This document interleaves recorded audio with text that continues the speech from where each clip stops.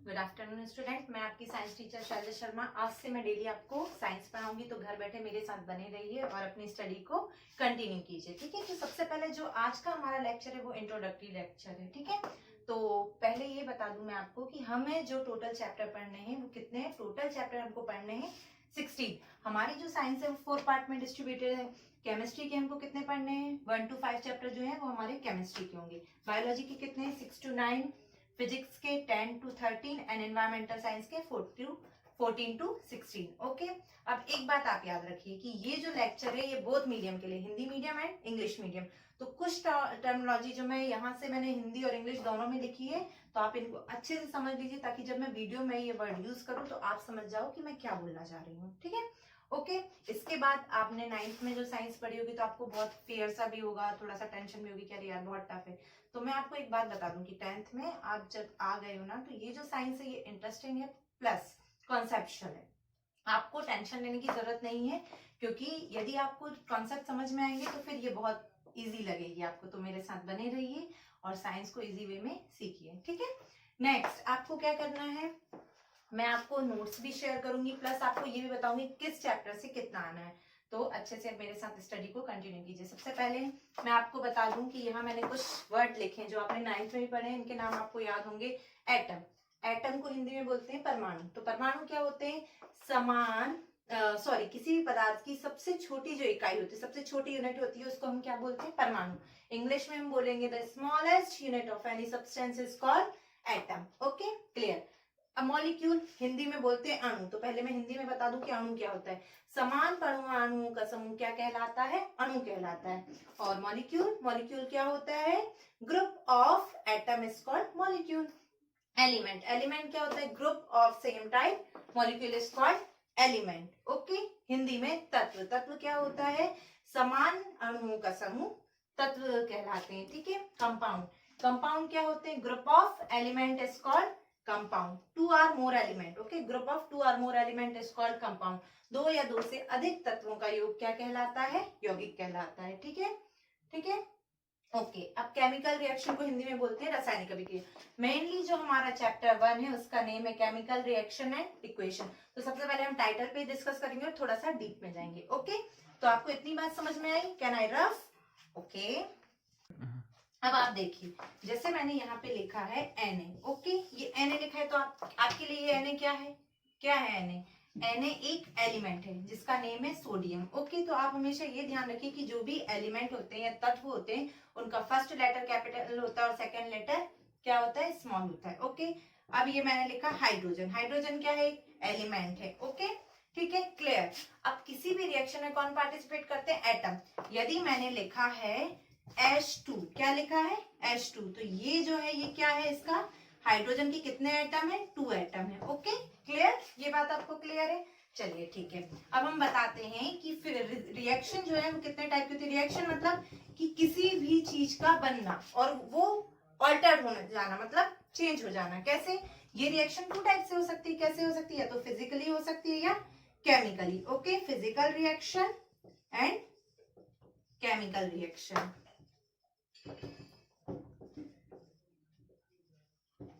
सबसे पहले अपन आते हैं फिजिकल रिएक्शन की बात करते हैं। देखिए, फिजिकल रिएक्शन क्या होती है, फिजिकल रिएक्शन में किसी भी जो सब्सटेंस है उसकी क्या होती है, फिजिकल अपीयरेंस चेंज होती है। फॉर एग्जांपल मैं बोलूं आपसे कि पानी से बर्फ का बनना, तो पानी से बर्फ बन गया। ठीक है, तो ये क्या हुआ, पानी लिक्विड स्टेट में था, वाटर जो था वो लिक्विड स्टेट में था, और अब वो क्या बन गया है, आइस बन गया है। तो आइस कैसी स्टेट हो गई उसकी, सॉलिड।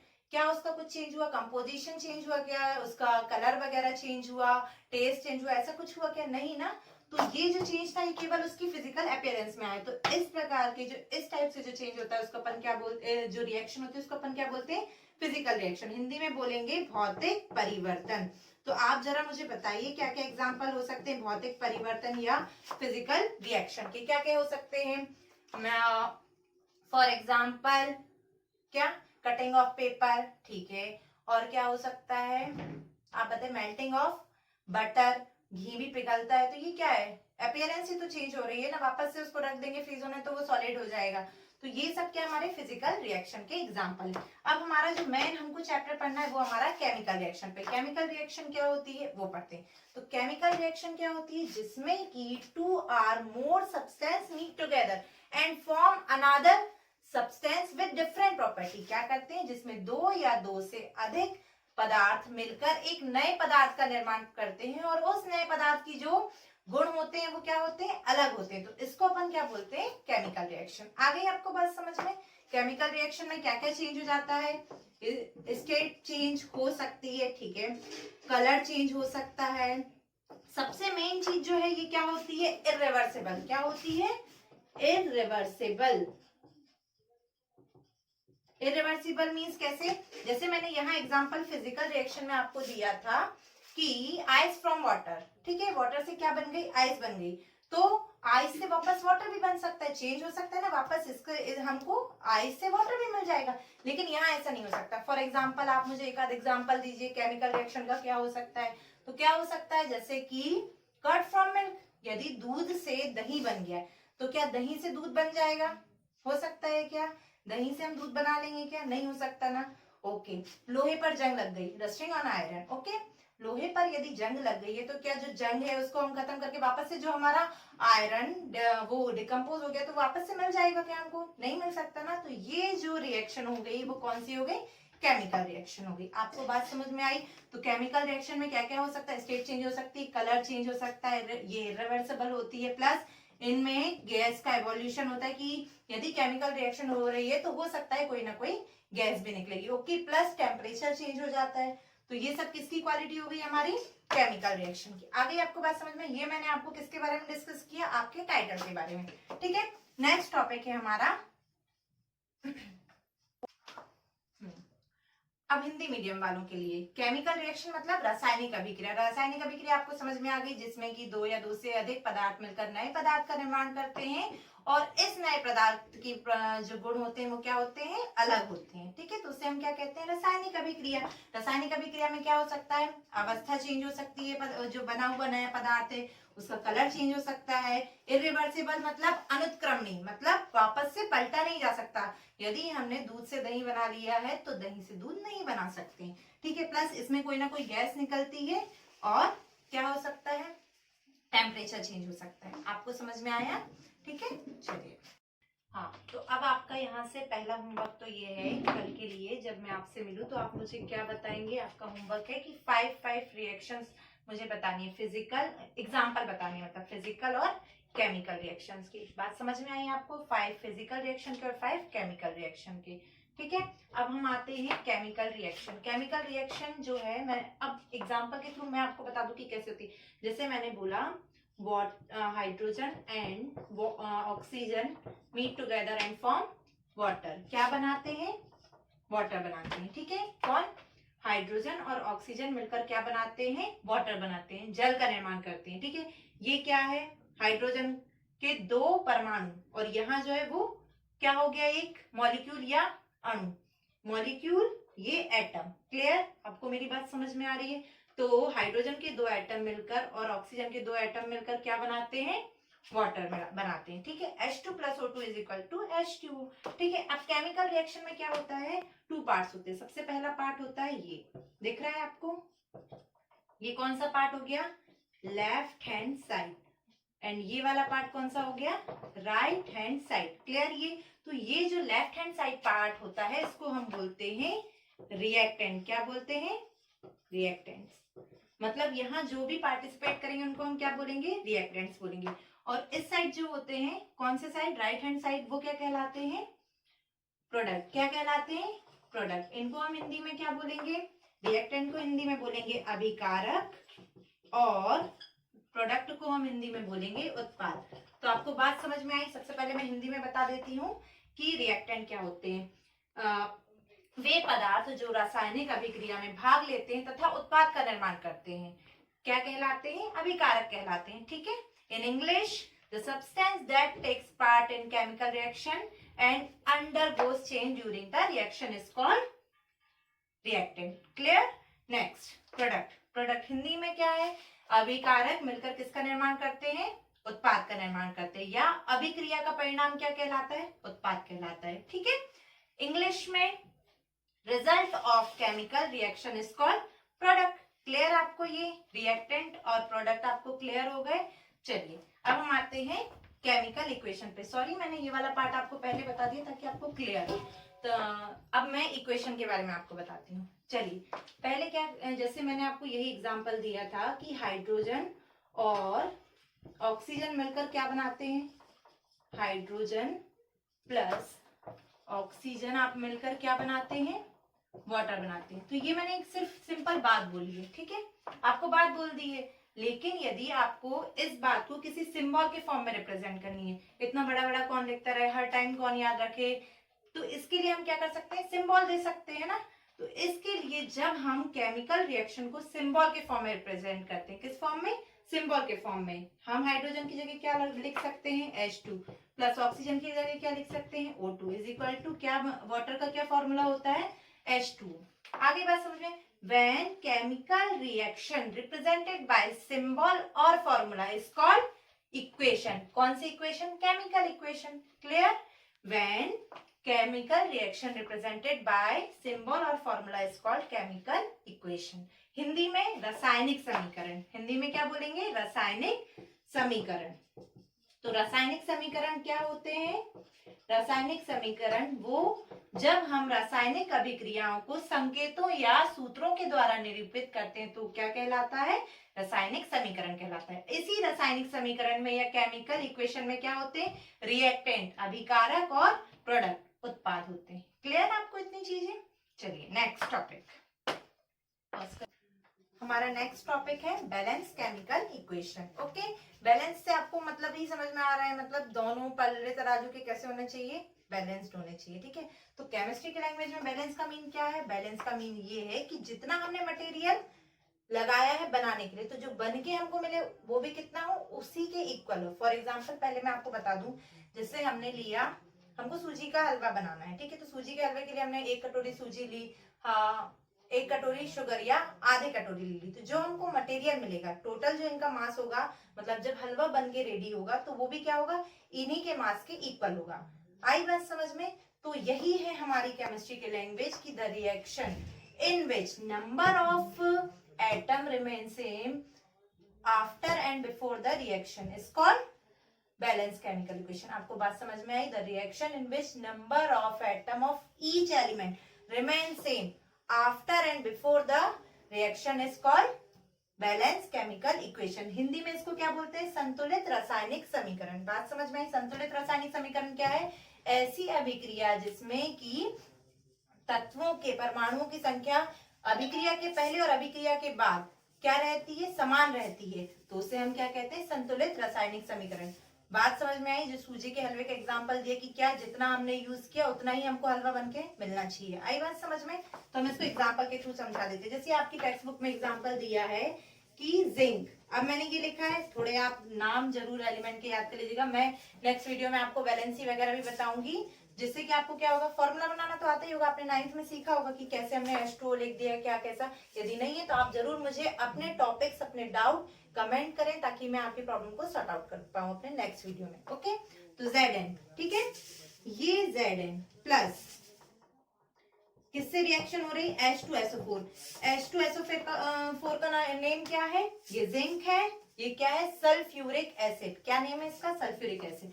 तो जब ये इससे रिएक्शन करेगा तो क्या बन जाएगा? ZnSO4 plus H2। बात समझ में आई? यहाँ क्या कैपिटल है, क्या स्मॉल, इस बात का जरूर ध्यान रखें आप लोग, ठीक है। तो अब आप यहाँ देखिएगा, okay, concentrate on board. Okay, Zn क्या है? एक एलिमेंट है। यहाँ कितना Zn है? यहाँ भी 1। यहाँ आपको ये समझ में आ रहा है ना? ये लेफ्ट हैंड साइड, ये राइट हैंड साइड। यहाँ कितना है? Zn 1 है। Okay, clear. चलो, जिंक हमारा जो है वो क्या है? बैलेंस है। चलिए यहाँ लेते हैं, हाइड्रोजन कितना है? Hydrogen is equal to 2। यहाँ हाइड्रोजन कितने हैं? 2। हाइड्रोजन भी बैलेंस है। चलिए क्लियर। SO4, यहाँ SO4 कितना? टोटल एक ही ग्रुप है, और ये भी। तो आपको ये समझ में आ रहा है कि ये क्या है? बैलेंस है। मतलब यहाँ हमने बनाने में, ये क्या है? हमारे रिएक्टेंट क्या है? अभिकारक। जितने हमने बनाने में यूज किए उतने ही हमको क्या प्रोडक्ट भी मिल रहा है। ये चीज क्लियर। तो अब जो हमारा नेक्स्ट टॉपिक है वो यहीं से निकल के आएगा। उससे पहले मैं आपको बता दूं कि ये जरूरी क्यों है, क्यों हमको ये तो आपको बैलेंस केमिकल इक्वेशन हो गया या संतुलित रासायनिक समीकरण, लेकिन हमको रासायनिक समीकरण को संतुलित करना क्यों जरूरी है?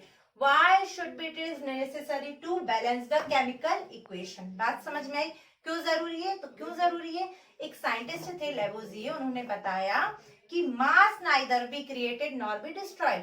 तो इस लॉ को हम क्या बोलते हैं? आपने 9th में पढ़ा होगा, बताइए जरा क्या बोलते हैं? लॉ ऑफ मास कंजर्वेशन, मास के कंजर्वेशन के लॉ। द्रव्यमान संरक्षण के नियम के कारण हमको क्या जरूरी है? केमिकल इक्वेशन को बैलेंस करना या रासायनिक समीकरण को संतुलित करना। तो इसका क्या आंसर होगा? क्यों नेसेसरी है या रिक्वायरमेंट है? Because of conservation of law of mass. Clear आपको ये? ठीक है, चलिए नेक्स्ट। ये टॉपिक आपको क्लियर हो गया है। अब हमारा जो नेक्स्ट टॉपिक है कि हमने तो बोल दिया जरूरी है भाई, करना जरूरी, लेकिन कैसे करेंगे? तो हमारा जो नेक्स्ट टॉपिक है वो क्या है कि केमिकल इक्वेशन या रासायनिक समीकरण को कैसे संतुलित करें। ठीक है, तो ये पॉइंट आप अच्छे से ध्यान रखिएगा। मैं नोट्स भी प्रोवाइड कराऊंगी आपको ताकि आपसे अच्छे से बनने लगे, और आप मुझे प्लीज कमेंट करके अपनी प्रॉब्लम और जहां भी जो भी दिक्कत लगे आप बता दीजिएगा। ठीक है, तो सबसे पहले हम केमिकल इक्वेशन को बैलेंस कैसे करें इसके लिए कुछ पॉइंट मैं आपको बता दूं। तो मैं एक एग्जांपल आपके सामने लिखती हूँ, जैसे सोडियम, ये लिखिया सोडियम। ओके, सोडियम की वाटर के साथ रिएक्शन होती है तो क्या देता है वो? Sodium react with water form sodium hydroxide. क्या फॉर्म करता है? Sodium hydroxide plus release H2। Okay, H2 gas. हाँ, कुछ और चीज मुझे आपको बतानी थी पहले, जब ये आई है तो मैं यही बता देती हूँ आपको। ये एरो क्या बताता है कि ये जो रिएक्शन है ये क्या है? सिर्फ एक डायरेक्शन में होगी, मतलब इससे ये मिल सकता है लेकिन इससे ये नहीं मिल सकता। आपको आई बात समझ में? चलिए ठीक है। दूसरा एरो ये दिख रहा है आपको, ये एरो आपको क्या बताता है? ये बताता है कि यदि इससे ये मिल जाएगा तो इससे ये भी मिल सकता है। Ice from water, water from ice, ये इसका एग्जाम्पल हो गया। आपको बात समझ में आई? थर्ड एरो हमारा है ये, आपको बात समझ में आई? ये क्या बताता है कि कोई गैस रिलीज हुई है। क्या बताता है ये? कि गैस रिलीज हुई है। ठीक है, और ये जो एरो है ये बताता है कि प्रेसिपिटेट, अवक्षय का निर्माण हुआ है, प्रेसिपिटेट फॉर्म हुआ है। क्लियर? तो सबसे पहले हम केमिकल रिएक्शन को बैलेंस करने का हमारा पहला पॉइंट क्या कहता है? अकॉर्डिंग टू मी, मतलब मैं आपको बता रही हूँ, इस मेथड को जो हम बता रहे हैं बुक में भी आपकी मेंशन की गई, हिट एंड ट्रायल मेथड इसको कहते हैं। सबसे पहले हम क्या करें? लेफ्ट हैंड साइड और राइट हैंड साइड तो हमको पता है, तो हम क्या कर लें कि आप लेफ्ट हैंड साइड और राइट हैंड साइड डिस्ट्रीब्यूट कर लीजिए। ये कर लिया। एक बात का ध्यान रखें, जैसे हम यहाँ बता रहे हैं ना वैसा अपन को एग्जाम में नहीं करना। एग्जाम में 1 मार्क का आना है, इस चैप्टर से 3 और 2 मार्क्स के क्वेश्चन आपके आने हैं। 2 क्वेश्चन आने ओनली, 2 मार्क्स का एक क्वेश्चन और 3 मार्क का एक क्वेश्चन, और 2 ऑब्जेक्टिव आने। क्लियर? तो अपन ये नहीं जितनी पंचायत में यहाँ बताऊँ आप वही करने एग्जाम में बैठ गए। आपको क्या करना है? इसको रफ वर्क, या तो फिर आप यदि आप प्रैक्टिस करते जाओगे तो इतने एक्सपर्ट हो जाओगे कि देख के कोफिशिएंट उसके सामने लिख दिया और बैलेंस हो गई आपकी इक्वेशन। क्लियर? तो अभी आप देखते जाइए। तो सबसे पहले हमको क्या करना है? लेफ्ट हैंड साइड और राइट हैंड साइड डिस्ट्रीब्यूट कर लिया आपने। Okay, clear. अब हमको क्या करना है? जितने भी एलिमेंट यहाँ दिए हैं उनके नेम और यहाँ जो दिए हैं उनके नेम लिख लेंगे। आई बात समझ में? ध्यान से प्लीज फोकस कीजिएगा बोर्ड में कि मैं कहाँ क्या कैसे लिख रही हूँ। ठीक है, मैंने आपको बताया था कि एलिमेंट का, तत्व का first letter capital, second small होता है। तो यहाँ आप ये नहीं समझे एन अलग एलिमेंट है और ए एक अलग एलिमेंट है। तो एन ए ये दिख रहा है आपको, ये हमने लिख लिया। इसके पास कितने हैं? मैंने बोला कि रिएक्शन यहाँ लिखे होते हैं, तो इसके पास यदि कुछ नहीं लिखा इसका मतलब यहाँ पे क्या है? 1 है। इतनी चीज क्लियर आपको? चलिए ठीक है। सेकेंड, इसका एलिमेंट क्या है? और हाइड्रोजन। हाइड्रोजन कितने हैं? लिखा हुआ है 2। ओके, ऑक्सीजन कितने हैं? ऑक्सीजन कितने हैं? 1। कुछ नहीं लिखा इसका मतलब क्या हो गया? 1। क्लियर? अब हम यहाँ आते हैं। यहाँ सोडियम कितना है? सोडियम कुछ नहीं लिखा इसका मतलब यहाँ क्या है? 1। क्लियर? सेकेंड, ओ कितने हैं? ओ नहीं, पहले हाइड्रोजन इक्वल ही ले लेते हैं ना। एच कितने हैं? यहाँ 1H यहाँ पे और 2H यहाँ पे। ये 2 यहाँ कुछ नहीं लिखा इसका मतलब 1 है। तो 2 and 1 इज इक्वल टू कितना हो गया? 3। आगे बात समझ में आएगी नहीं आई? चलिए ठीक है। नेक्स्ट, ऑक्सीजन हमारे कितने हैं? 1। इतनी चीज क्लियर? पहला पॉइंट हमने इतना कर लिया कि हमने सबसे पहले देख के पता लगा लिया कि क्या कैसा है।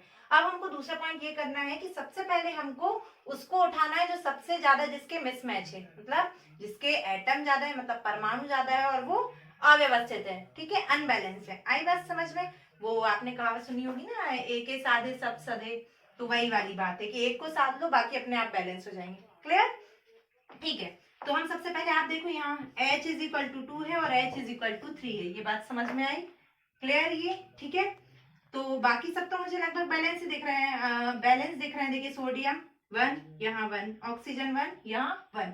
कौन अनबैलेंस है? ये अनबैलेंस है, ठीक है। क्लियर?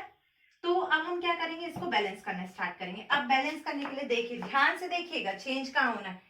यहाँ कितने 3, कम कहाँ पे है? यहाँ, तो हमको बढ़ाना किस साइड है? इस साइड। दोनों में से जहां अनबैलेंस होता है हम वहां बढ़ा सकते हैं, ठीक है। आई बात समझ में? ये नहीं कि नहीं नहीं भाई तुमने इतना कम बनाया हम इधर ही बढ़ाएंगे, ऐसा नहीं करना है, ठीक है। तो हमको यहाँ ज्यादा है तो बढ़ाने का है, इक्वल में लाने के लिए इसमें इंक्रीज करना है। इसके कम नहीं कर देना कि यहाँ 2 है तो इधर भी 2 कर दो, ऐसा नहीं करना है, ठीक है। तो आइए ध्यान से देखिए, यहाँ 2, यहाँ 3। अब आप बताइए हम किसका मल्टीप्लाई कर दें कि ये दोनों बैलेंस हो जाए? चलिए किसका? मेरे हिसाब से तो मैं ये बोलती हूँ कि यदि ऑड नंबर है तो इवन नंबर का मल्टीप्लाई करो। तो किसका कर देते हैं अपन यहाँ पे मल्टीप्लाई कर दें, किस डिजिट का? 2 का कर देते हैं, ओके, सॉरी 3 का कर देते हैं। क्यों 3 का कर देते हैं? क्योंकि 2 तो ऑलरेडी है, इवन नंबर तो ऑलरेडी है, यहाँ 3 का कर देते हैं। तो कितना हो गया? 3 2 6। पॉज करो। हाँ देखिए, तो क्या करना है, मैंने एक तो आपको ये बताया कि यदि ऑड नंबर है तो इवन से मल्टीप्लाई कर दो, ठीक है। तो अपन यहाँ यदि 1 लेते हैं तो 2 1 2, उतने की उतनी वैल्यू रहेगी। तो अपन यहाँ क्या बढ़ा देते हैं? 2 बढ़ाते हैं। क्या बढ़ाते हैं? 2। तो कितना हो गया? 2 2 4। कितना हो गया? 2 2 4। लेकिन यहाँ 4 हो गया, अब यहाँ 1 से फिर क्या हो गया? कम हो गया। तो अब अपन यहाँ क्या करेंगे, यहाँ पे भी 2 बढ़ा देंगे। क्या करेंगे? 2 बढ़ा देंगे। ये हमने लिख दिया सामने, ठीक है। आप एक बात हमेशा ध्यान रखिएगा कि जो भी चेंज करना है हमको कहाँ करना है? बाहर। इनको ये समझो कि ये बॉक्स में बंद है, ये नहीं कि ये इसको यहाँ बीच में लिख दिया, ये यहाँ। कि आपको किसी भी फॉर्मूले, जैसे ये फॉर्मूला है ना, तो इसके यहाँ पे हमेशा एडिटिंग करनी है। जो भी बढ़ाना है घटाना है कहाँ करना है? यहाँ पे इंक्रीज डिक्रीज करना है, यहाँ पे नहीं, बीच में कहीं पे भी नहीं। ओके, क्लियर ये बात आपको? चलिए ठीक है, तो क्या करना है, यहाँ आप देखिए। अब हम मैथ्स का रूल जानते हैं कि भाई जो बाहर ऐड हो गया उसका अंदर, यदि ब्रैकेट के बाहर है तो उसका अंदर क्या होगा? मल्टीप्लाई होगा। तो 2 2 4, ये तो इक्वल हो गया, ये भी क्या हो गया? बैलेंस हो गया। यहाँ पे भी 2 2 4। अब यहाँ देखिए, इस 2 का मल्टीप्लाई इससे होगा, तो यहाँ ओ के पास कितना है? 1। कितना है? 1। तो 2 1 2, मतलब ऑक्सीजन कितनी हो गई? 2 हो गई। तो हम सीधे सीधे क्या करेंगे, यहाँ 2 बढ़ा देंगे। आ गई बात समझ में? जब हमने 2 को यहाँ पे इंक्रीज कर दिया तो 2 Na कितना हो गया? 2। Na2 हो गया। ऑक्सीजन कितनी हो गई? 2 हो गई। और हाइड्रोजन कितने हो गए? 2 हो गए। आ गई ये बात समझ में आपको? चलिए ठीक है, लेकिन यहाँ Na2 हो गए, लेकिन यहाँ पहले से ही ऐड हो गया। यहाँ पे भी Na कितने कर दिए हमने? 2 कर दिए। क्यों कर दिए? क्योंकि यहाँ पे Na क्या हो गया था? 2 हो गया था। क्लियर आपको? आपको केमिकल इक्वेशन को बैलेंस करना समझ में आया कि मैं एक आध एग्जाम्पल और लूं? चलिए मैं एक आध एग्जाम्पल के थ्रू और बता देती हूँ आपको। ये मैंने एक और एग्जाम्पल आपके सामने लिया है ताकि आपको और अच्छे से समझ में आ जाए, ठीक है।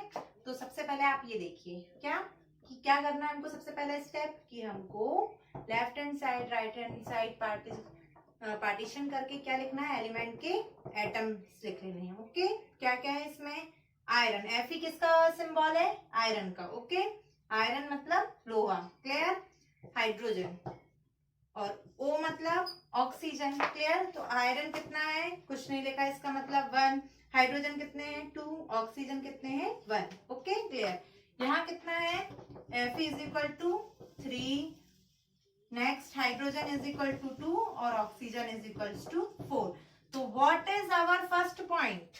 क्या था पहला पॉइंट? बैलेंस करने के लिए, समीकरण को संतुलित करने के लिए पहला पॉइंट ये था कि जो सबसे ज्यादा बिखरा हुआ है, अनबैलेंस है, उसको हम क्या करेंगे? संभालेंगे। यहाँ देखो बिखरे तो सभी हैं, यहाँ 1, यहाँ 3, यहाँ 2, ये बैलेंस्ड है, और यहाँ 1 और यहाँ 4। तो सबसे ज्यादा कौन है? इनमें थोड़ा डिफरेंस ज्यादा है ना, तो हम सबसे पहले किसको संभालेंगे? ऑक्सीजन को। कि आप मान जाओ, बाकी तो सब अपने आप संभाल जाएंगे। क्लियर? तो हम ऑक्सीजन को बैलेंस करेंगे। तो आप बताओ ऑक्सीजन यहाँ कितने हैं? यहाँ तो 4 है, तो हम किधर इंक्रीज करेंगे? Left hand side. ओके, तो ऑक्सीजन यहाँ कितने हैं, 4 है। क्लियर, सॉरी यहाँ 1 है, तो हमको कितना इंक्रीज करना है, 4 करना है। ठीक है, तो क्या करेंगे हम, किससे मल्टीप्लाई करेंगे 4 हो जाए, 1 1 जा 1, कोई मतलब ही नहीं है, 2 2 2 1 जा 2 आएगा, 3 1 जा 3, तो हम डायरेक्ट किससे मल्टीप्लाई कर दें, 4 से। आ गई बात समझ में, किससे मल्टीप्लाई करना है, 4 से। तो यहाँ ऑक्सीजन कितने हो गए, कितने हो गए, 4 हो गए, है ना। ये ऑक्सीजन हमारे 4 हो गए। क्लियर, अब 4 2 जा 8, हमने बताया था कि जो बाहर लिखा जाएगा उसके हर एलिमेंट के साथ अंदर जो उसके साथ लगा है उस एलिमेंट के साथ क्या हो जाएगा, मल्टीप्लाई हो जाएगा। तो क्या लगा हुआ, हाइड्रोजन, तो 4 2 जा 8। अब अपने हाइड्रोजन कितने हो गए, 8, लेकिन यहाँ कितने हैं, केवल 2, तो हम यहाँ क्या इंक्रीज कर देंगे, बताइए कितना इंक्रीज कर दें कि 8 आ जाए, तो 4 2 जा 8। इतना क्लियर आपको, चलिए ठीक है। अब मुझे बताइए, ऑक्सीजन बैलेंस हो गई 4, ये 4, हाइड्रोजन बैलेंस 4 2 जा 8, 4 2 जा 8।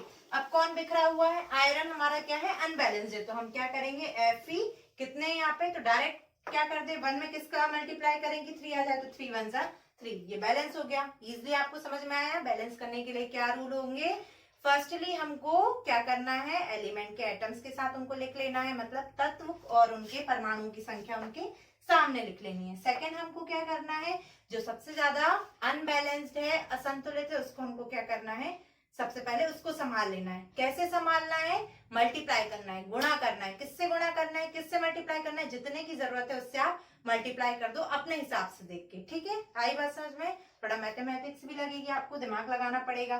क्लियर, फिर से बाकी धीरे धीरे सबको करो। ये बात ध्यान में रखो कि हमेशा जो भी कोफिशिएंट होगा, जो भी डिजिट होगा, वो आगे ऐड होगा, और यदि वो आगे ऐड हो रहा है तो उसका अंदर जितने भी एलिमेंट है उन सबसे क्या होगा, मल्टीप्लाई होगा।